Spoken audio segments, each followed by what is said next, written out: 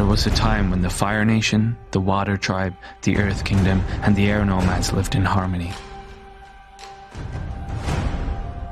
The Avatar, the only person able to master all four elements, kept the world in balance. Then, a comet crossed the sky and gave my people, the Fire Nation, a moment of great power. They killed the Avatar and began a war of conquest.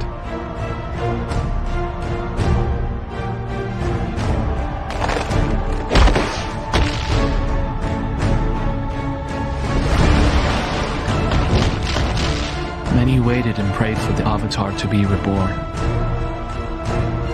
but he never appeared. After 100 years of bloodshed, the Fire Nation was on the verge of victory. But a boy had been found, frozen in a sphere of ice, yet somehow still alive. The Avatar had at last returned.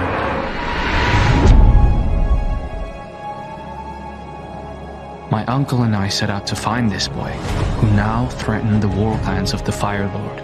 My name is Zuko. I am Prince of the Fire Nation, Prince in exile. But soon, I will reclaim my rightful place. And no one can stop me.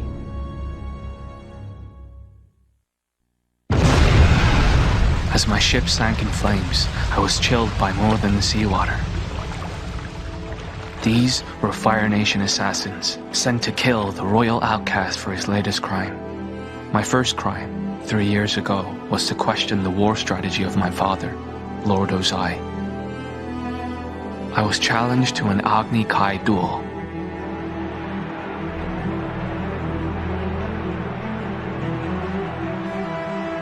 I had no fear. My victory would prove my honor. But when I discovered that my opponent was Lord Ozai himself, I refused to fight. My enraged father scarred me with fire and banished me. But word of the reborn Avatar gave me hope of redemption. This led me to the South Pole, where I found an odd little boy covered with strange tattoos. Uncle Iroh tested the boy's abilities. The legend was true. I would bring the Avatar in chains to Lord Ozai and restore my honor. But the boy proved to be more difficult than I thought.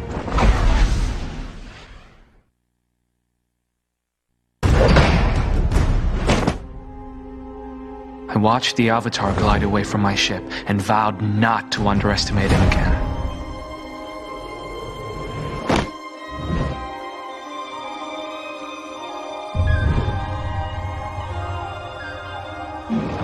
But even as I followed the Avatar's trail, he was caught by the Fire Nation's commander Zhao and imprisoned in the Northern Air Temple.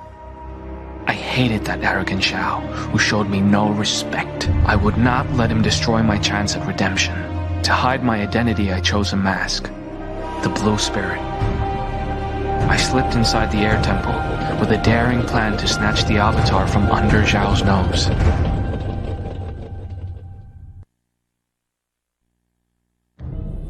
At that moment, the Avatar seemed nothing more than a scared little boy. He asked if I was a spirit. I said nothing. He thought his end had come. I couldn't move as quickly with the boy in tow, and his escape was soon discovered. We heard the guards call to close the inner gates. Our only chance was to separate, divide the Fire Nation soldiers, and fight our way out of the Air Temple.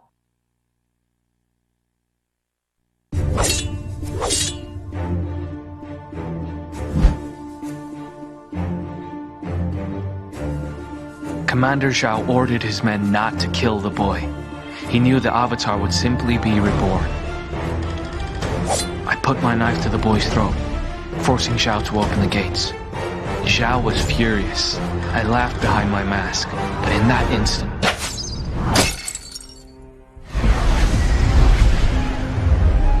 fortunately, the Avatar had the sense to cover up our escape.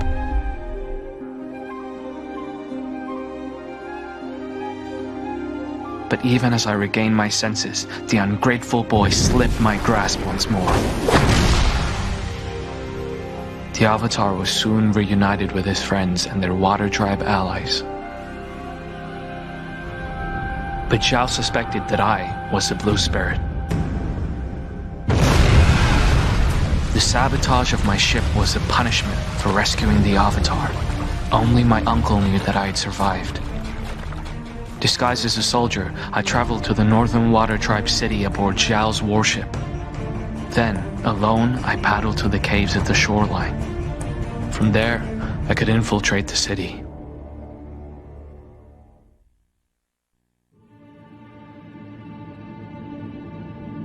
The Water Tribe knew we were coming and kept watch for our fleet. When Princess Yue's beautiful white hair was remarked upon, she told an amazing tale. 2 spirits protected her city, the moon and the ocean.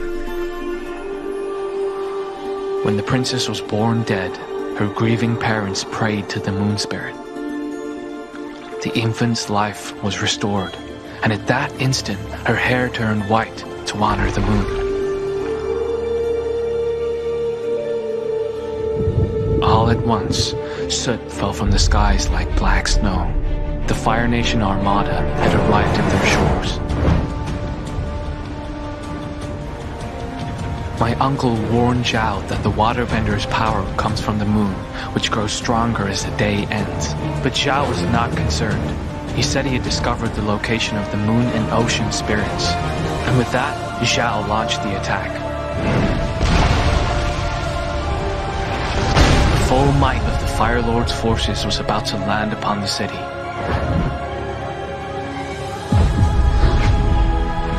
But the Avatar was determined to fight back.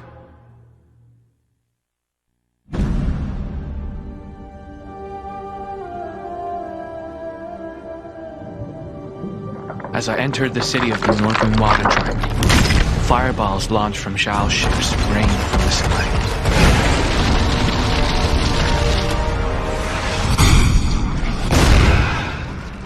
The Avatar was somewhere within these frozen walls.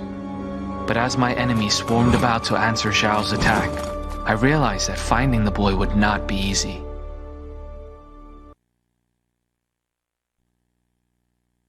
The Water Tribe princess emerged from the spiritual place. At her heels, like an obedient pup, was the Avatar's friend. Once they were gone, I went inside. The Avatar was in a trance, unaware that I was even present. I was about to snatch him when that troublesome girl appeared. She remembered me, of course, as the one who had taken the Avatar from the southern village. She swore I would not take him again.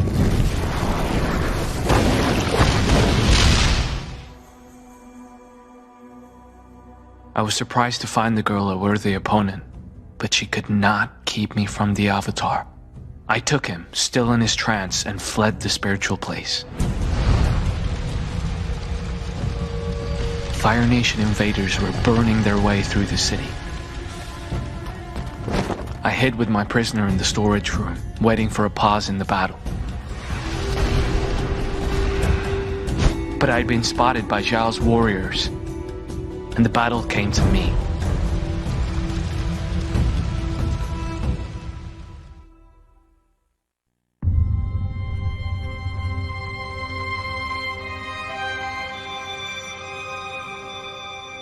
In the one moment I took my eyes from the Avatar, he suddenly awoke from his trance. He was determined to escape and help his friends, but I had endured far too much to let him go free.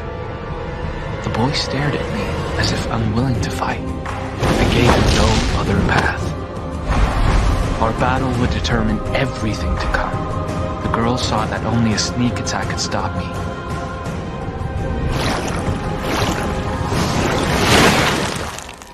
The Avatar melted the ice a bit so I could breathe.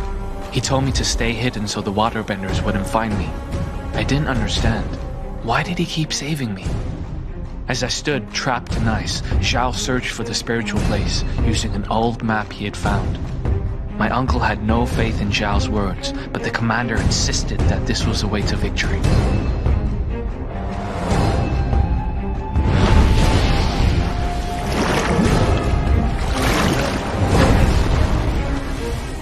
As his friends followed Zhao, the Avatar rushed off to defend the city.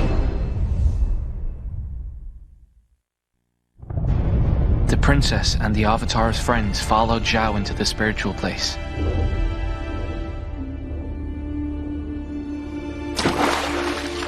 They watched in horror as the cruel Zhao killed the moon spirit. The princess, whose own gentle spirit was entwined with the moon's, fell to the grass as if struck. The moon turned blood red, and the power of the waterbenders was weakened. My uncle had warned Zhao not to tamper with the spirits. He attacked the commander, but the coward Zhao fled my uncle's wrath. As the battle raged on, I gathered my strength and freed myself from the ice. In the spiritual place, the weakened princess sacrificed her life to restore the moon spirit. The moon turned white once more, and the water tribe regained their bending powers.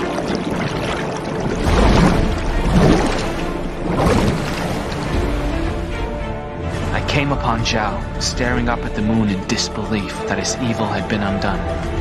He was no less surprised to be challenged to a duel by a dead prince, but foolish enough to accept.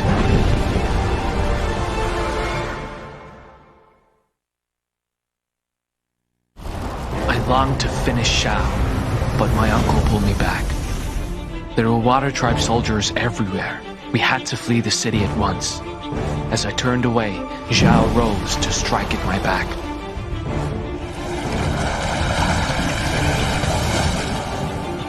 But the waterbenders drowned him where he stood.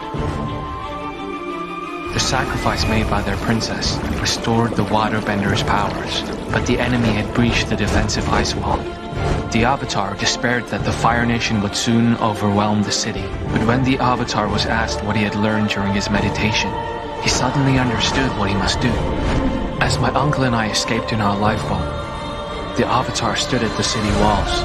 He raised his hands to bend the ocean itself into a towering wall.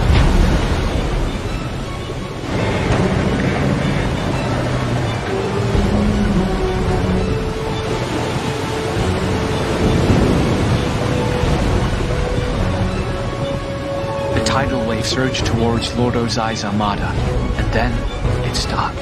As the wave's crest hovered over the fleet, the panicked captains ordered their ships to retreat. Satisfied, the Avatar folded the wave back into the sea.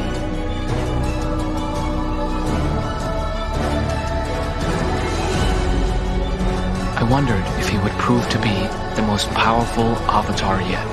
But that did not matter.